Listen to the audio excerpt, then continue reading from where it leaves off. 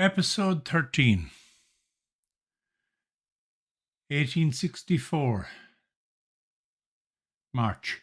The New Orleans official return to the Union, the first big celebration. And so the stage was set, or in this case, built, in Lafayette Square in New Orleans. The excitement must have been palpable. All the talk, indeed, apart from the war and related subjects, must have centered on New Orleans, its black musicians, as these were truly the stars of this show. I'm sure there were doubters, and of course racists as well, and there were plenty of Confederate sympathizers. Gilmore mentions those and even was sympathetic to their position.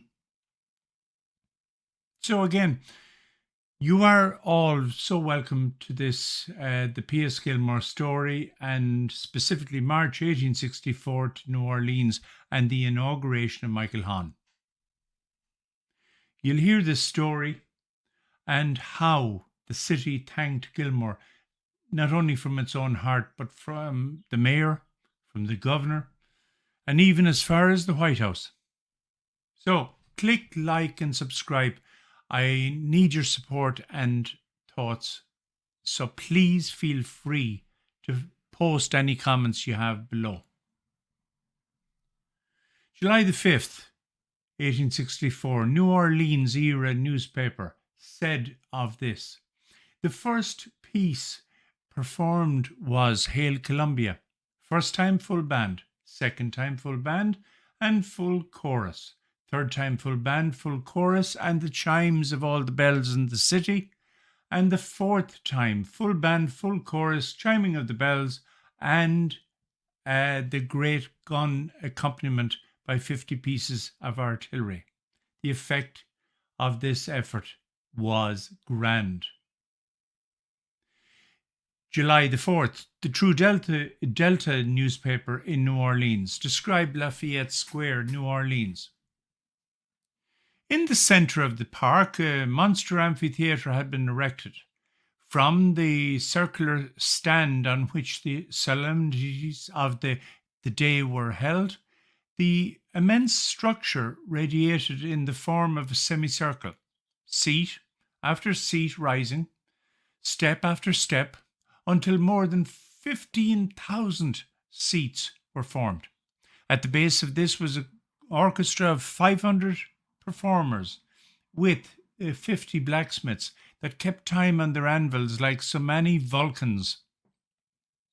In front and on each side of the stand was another great platform on which were seated invited guests, distinguished strangers, civil and military dignitaries. The 4th of March, according to the newspaper, will be proudly remembered in our annals. The crowds in the street at the early hour were so great that in the vicinity of Lafayette Square perambulation was difficult, if not impossible. And by 10 o'clock, the crowds packed in and around Lafayette, so much so that it was oppressive and actually heated the air. 6,000 boys and girls ranging in age from 5 to 15.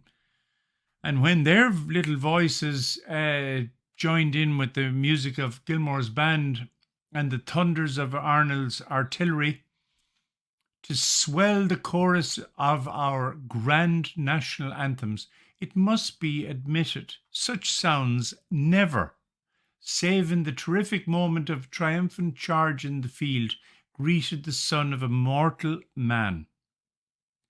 Near the platform was the grand orchestra, including Gilmore's band of 32 black musicians, with the accomplished leader directing the order for the music of the day.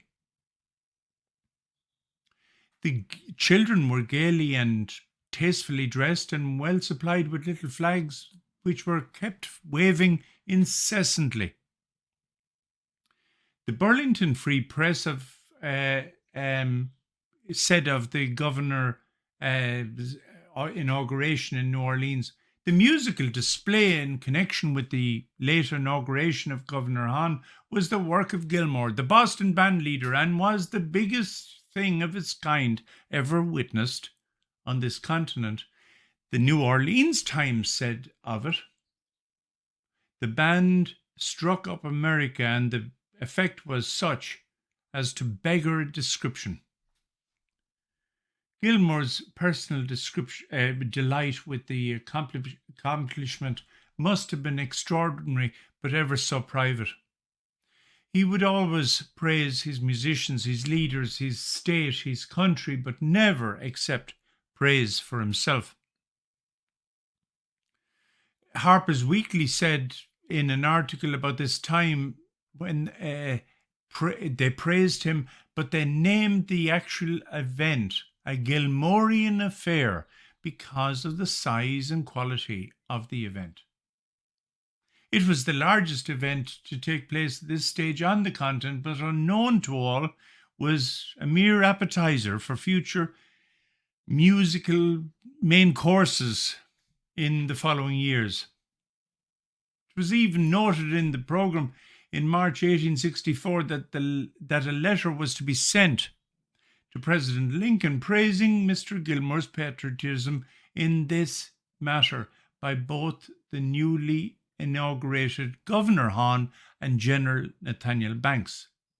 The letter was written on official stationery, as you can see here, and is shown courtesy of the Carter Jenkins collection. It states, "Dear Sir," it's addressed to President Abraham Lincoln. "Dear Sir, permit me to introduce to you Mr. P.S. Gilmore of Boston, a gentleman well known in the musical world, who for the past 3 months has been on a visit to this city, during which time, in his professional capacity, he has rendered important aid to our cause and enjoyment to our community."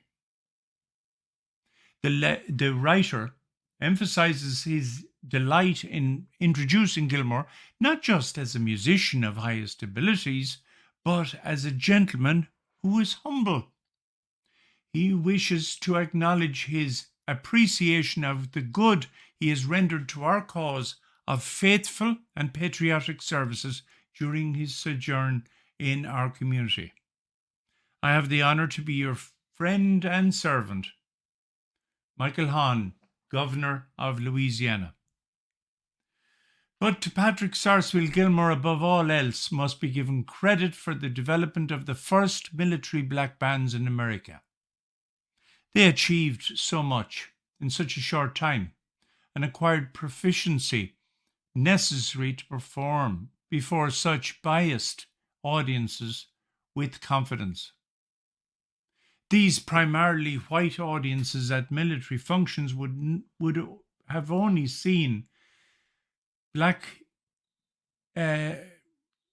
orchestras perform using simple instruments with little structure or direction, playing slave or plantation songs with little expectation for the quality of music to be played. These black musicians in all cases would never have played to audiences of white folk who sat, listened, studied, and appreciated the sounds wafting in their direction. Never would a white person have given them their undivided attention. What a historic moment for both groups. How this embryonic development in musical performance by an African American band changed the course of history and music can never be exaggerated or indeed ignored.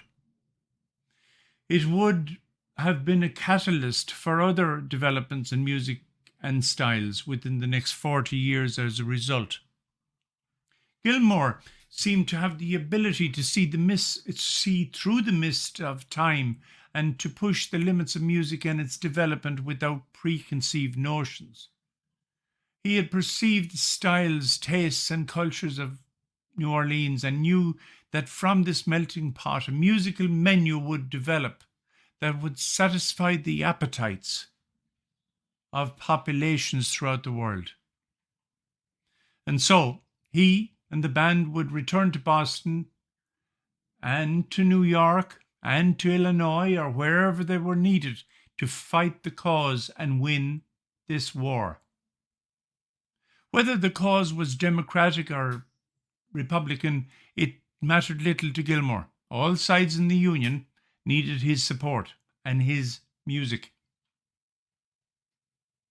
On March the 26th, a fine banquet was held in St. Charles Hotel, where P.S. Gilmore was presented with a massive silver cup containing $500 in greenback currency of Uncle Sam. Mr. Shannon of the school board made the address.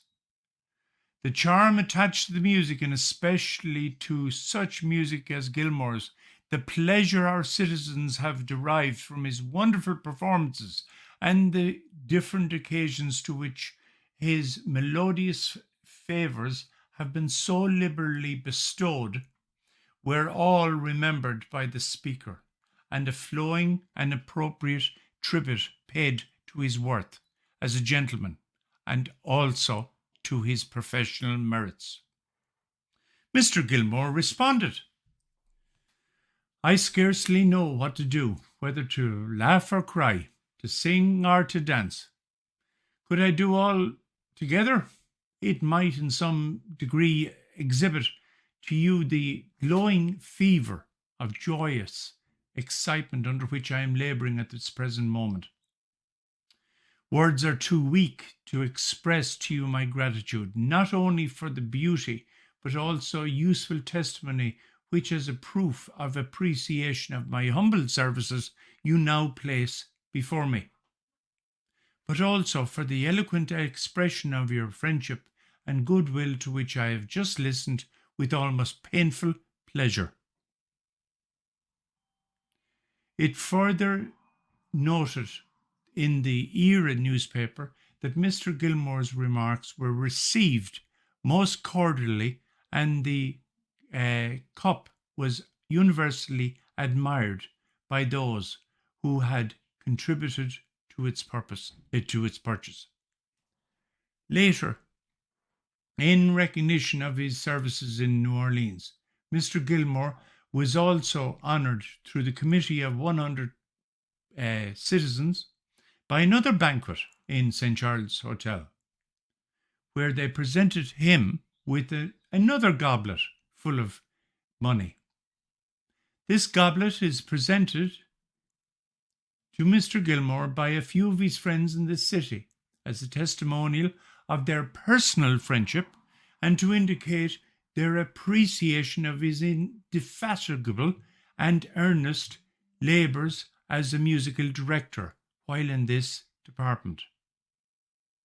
New Orleans, March the 25th, 1864. The day afterwards, P.S. Gilmore left for business unknown on the steamer Columbia for New York.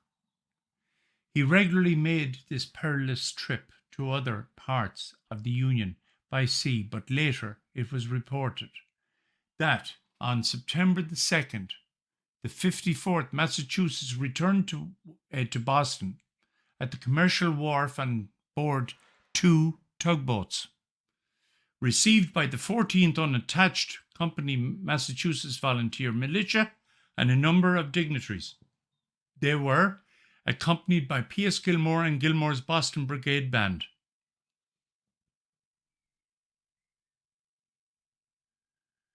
And so we come to an end of this story. Next week, we're going to look at a very famous song and how it grew from New Orleans.